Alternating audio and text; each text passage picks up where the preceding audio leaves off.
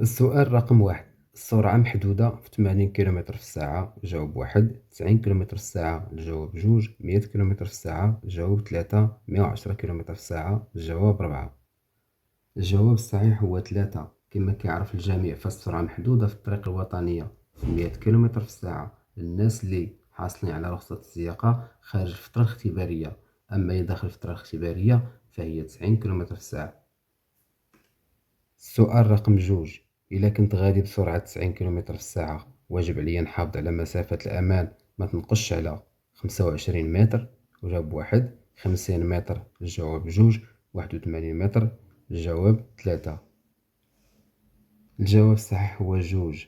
لحساب مسافة الأمان في هذه الحالة فكنضربو العشور اللي هو 9 في 6 اللي كتساوي 54. إذا العدد اللي قريب ليه هو 50. إذا الجواب جوج. السؤال رقم ثلاثة: نسمح للسيارات اللي جاية من اليسار بالمرور. نعم الجواب واحد. لا الجواب جوج. الجواب الصحيح هو جوج. السيارة اللي في اليسار ديالي عندها علامة اترك حق الأسبقية، إذا ما نسمحش ليها بالمرور. السؤال رقم ربعة: نتجاوز الشاحنة. نعم الجواب واحد. لا الجواب جوج.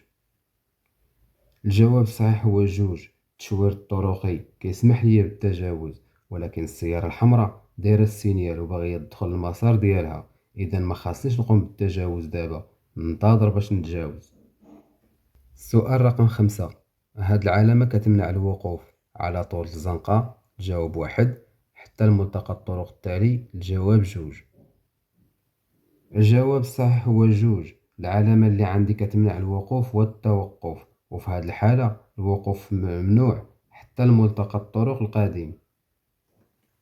السؤال رقم ستة: نسمح للسيارة اللي جاية من اليمين بالمرور. نعم جواب واحد. لا الجواب جوج.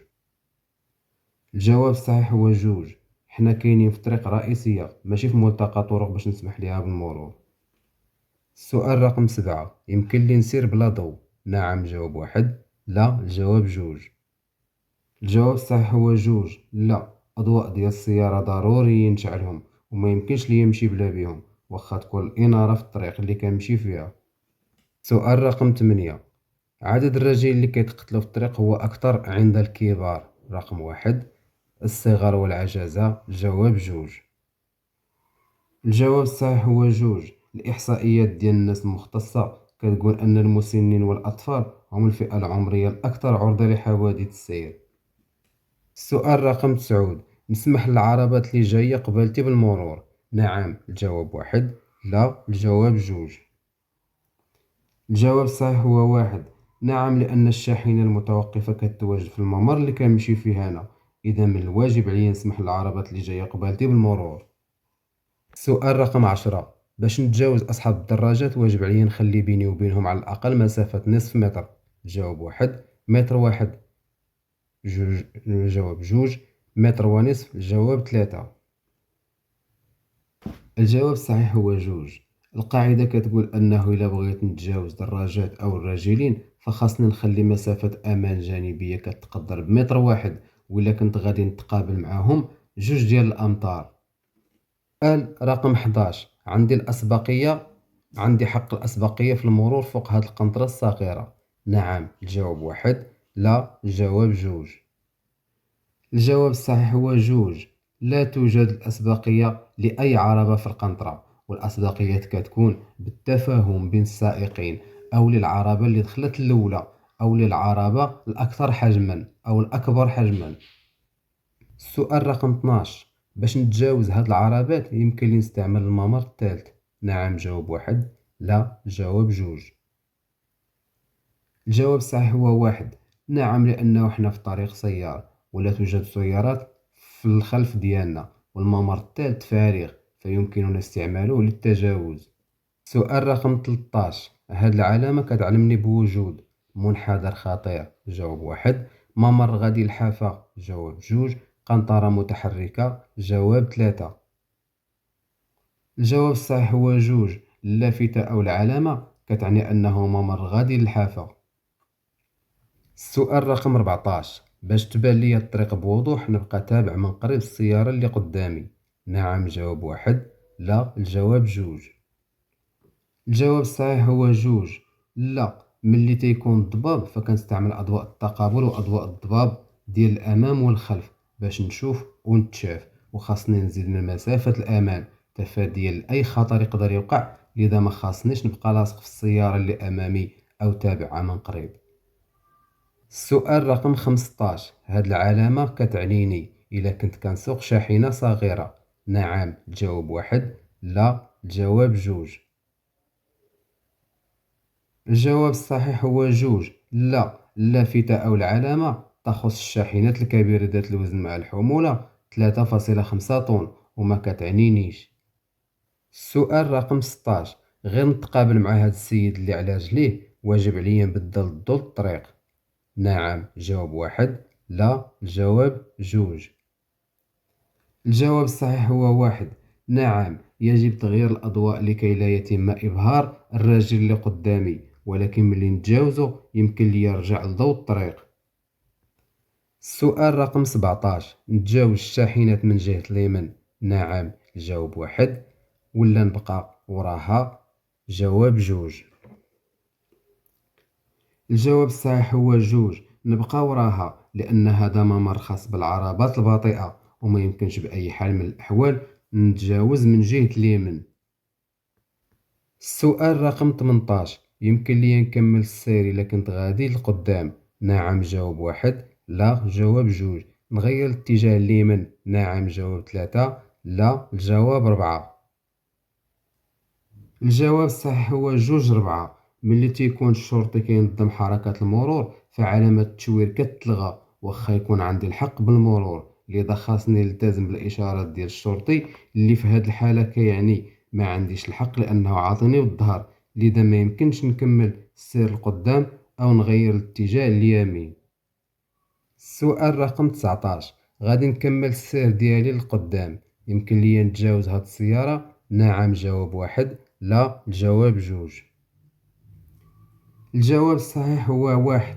نعم يمكن لي نتجاوز لأن التشوير الطرقي كيسمح لي بذلك، عندي الضوء خضر والمسلك اللي غادي فيه كيسمح باش نكمل فيه، والمسلك اللي على اليسار فارغ وكيسمح حتى هو باش نكمل فيه.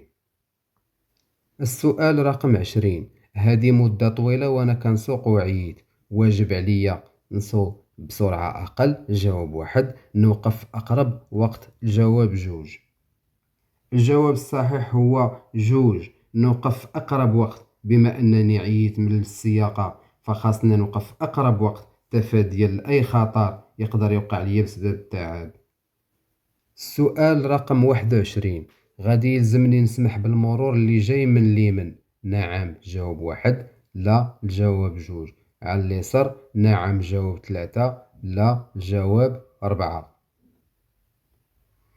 الجواب الصحيح هو جوج ربعة. العلامة اللي عندي هي أنا غادي في طريق ذات أولوية، يعني عندي حق الأسبقية في المرور وما خاصنيش نسمح بالمرور لا اليمين ولا اليسار.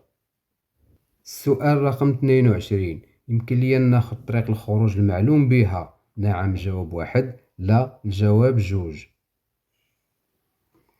الجواب الصحيح هو جوج. لا ما يمكنش لي ناخذ طريق الخروج لأنه أنا في الممر الأيسر وعندي سهم من أسهم الاتجاه، والقاعدة كتقول أنه إذا كان عندي سهم ديال الاتجاه وقريب ليه فخاصني نتبع السهم وما عنديش الحق بتغيير الاتجاه.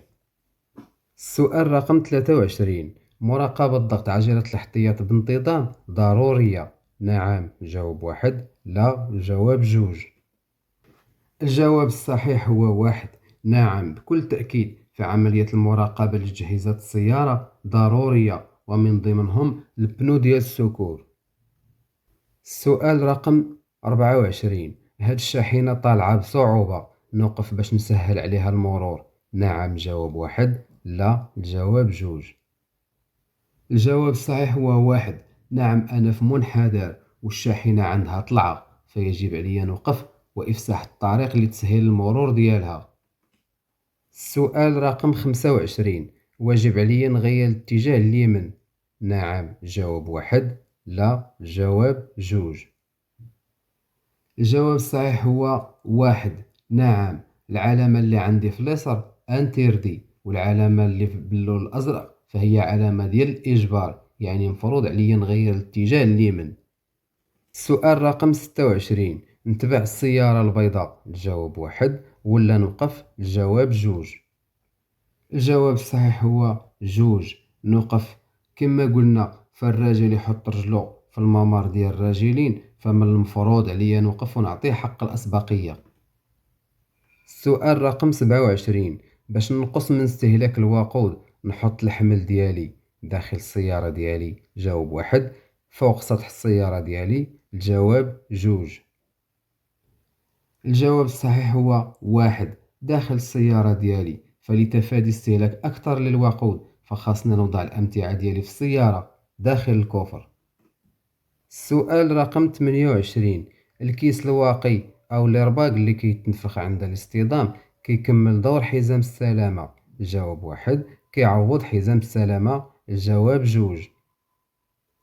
الجواب الصحيح هو واحد، كيكمل دور حزام السلامة، لأن حزام السلامة إجباري وضروري للسلامة، والإرباق عند الاصطدام فكيكمل دور حزام السلامة وما كيعوضوش. السؤال رقم 29، باش نكمل السير القدام واجب عليا نسمح لراكب الدراجة بالمرور، نعم، الجواب واحد، لا، الجواب جوج. نوقف عند خط الوقوف، نعم، الجواب ثلاثة، لا، الجواب ربعة. الجواب الصحيح هو واحد، ثلاثة. العلامة اللي عندي هي علامة ديال قف، يعني خاصني نوقف عند الخط ونعطي الأسبقية اليمين واليسار ونسمح لصاحب الدراجة بالمرور لأنه جا في اليمين ديالي. السؤال رقم 30، هاد الإشارة كتعلم على أن الطريق كتضيق، جواب واحد، كترغم عليا تغيير الاتجاه على اليسار، جواب جوج. الجواب الصحيح هو واحد، الإشارة أو العلامة الطرقية البيضاء بأسهم حمراء كتعني أن الطريق غادي تضيق، ماشي تغيير الاتجاه. السؤال رقم 31، احتمال خطر سقوط الحجر كيبدأ من عند العلامة، جواب واحد، من بعد 150 متر، الجواب جوج، من بعد 300 متر، الجواب ثلاثة. الجواب الصحيح هو ثلاثة، من بعد 300 متر. كما كيعرف الجميع فعلامة الخطر هي علامة متقدمة كتعلم على وجود خطر إذا كان خارج المدينة ب150 متر وداخل المدينة ب50 متر، لكن في هذه الحالة هناك علامات كميلية وكتقول لي بأنه الخطر غادي يكون على بعد 300 متر. السؤال رقم 32، في هاد الزنقة يمكن لي نسير غير بضوء الوضع، جاوب واحد، بضوء التقابل، جواب جوج، بضوء الطريق، الجواب ثلاثة.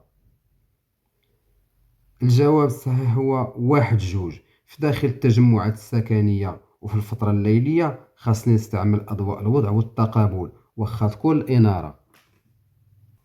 السؤال رقم 33، هذه 4 ديال السوايع وأنا كنصوب وعييت، خطر أنني نتعرض لحادثة كيتضاعف 4 مرات، نعم، الجواب واحد، لا، الجواب جوج. الجواب الصحيح هو واحد، القاعدة كتقول أنه بعد السياقة لمدة ساعتان فخاصني نوقف على الأقل لمدة 15 دقيقة باش نرتاح. أما في هذه الحالة فأنا 4 سوايع وأنا كنصوب في طبيعة الحال كنعرض راسي لخطر حادثة سير، بل وكذلك كيتضاعف الخطر 4 مرات. السؤال رقم 34، بغيت نغير الاتجاه لليسار، واش نسمح اللي جايين قبالتي، نعم، جاوب واحد، لا، الجواب جوج. اللي على اليمين، نعم، الجواب ثلاثة، لا، الجواب ربعة. الجواب الصحيح هو واحد، ثلاثة. القاعدة كتقول في ملتقى طرق بدون تشوير الأسبقية اليمين، إذا خاصني نعطي الأسبقية للسيارة اللي في اليمين ديالي. أما السيارة اللي قبالتي فهي دايرة السينيال على اليمين وأنا باغي ندور على اليسار، إذا غادي تولي حتى هي على اليمين ديالي، يعني خاصني حتى هي نعطيها حق الأسبقية.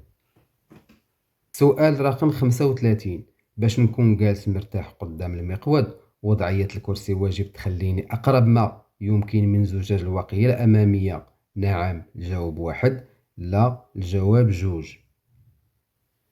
الجواب الصحيح هو جوج، لا، ما خاصنيش نكون قريب من زجاج السيارة أو الباربريز، لأنه ما غاديش نبقى مرتاح في السياقة وما غاديش تكون الرؤية مزيانة. إذا خاصني نخلي مسافة معقولة بيني وبين زجاج السيارة. السؤال رقم 36: حركة السير متوقفة، واش نسمح للسيارة الزرقاء بالمرور؟ نعم الجواب واحد، لا الجواب جوج. الجواب الصحيح هو واحد. بما أن حركة السير متوقفة فلا بأس نسمح للسيارة الزرقاء بالمرور، لأنه قبل كل شيء السياقة سلوك وتسامح. السؤال رقم 37: هذه الإشارة كتعلم بنهاية طريق السيارة؟ نعم الجواب واحد، لا الجواب جوج. محطة الأداء؟ نعم الجواب ثلاثة، لا الجواب ربعة. الجواب الصحيح هو واحد ربعة. هاد العلامة كتكون عندما تكون قراب نخرجو من طريق السيارة وماشي محطة ديال الأداء.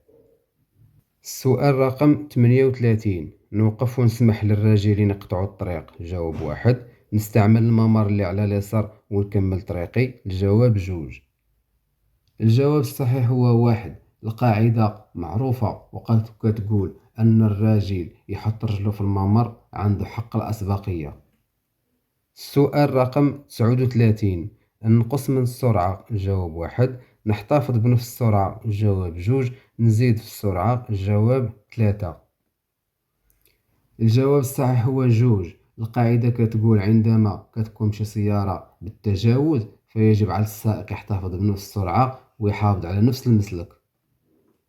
السؤال رقم 40: إلى شعل هذا الضوء وأنا غادي فهو كيعني أن المحرك فات الحد في السخونية؟ نعم الجواب واحد، لا الجواب جوج. يلزمني نوقف في الحال؟ نعم الجواب ثلاثة، لا الجواب ربعة. الجواب الصحيح هو واحد ثلاثة. الأضواء الحمراء كتسمى أيضا الأضواء الجاذبة وهي خطر. في هذه الحالة فالمحرك فات الحد في السخونية، فمن الواجب عليا نوقف في الحال.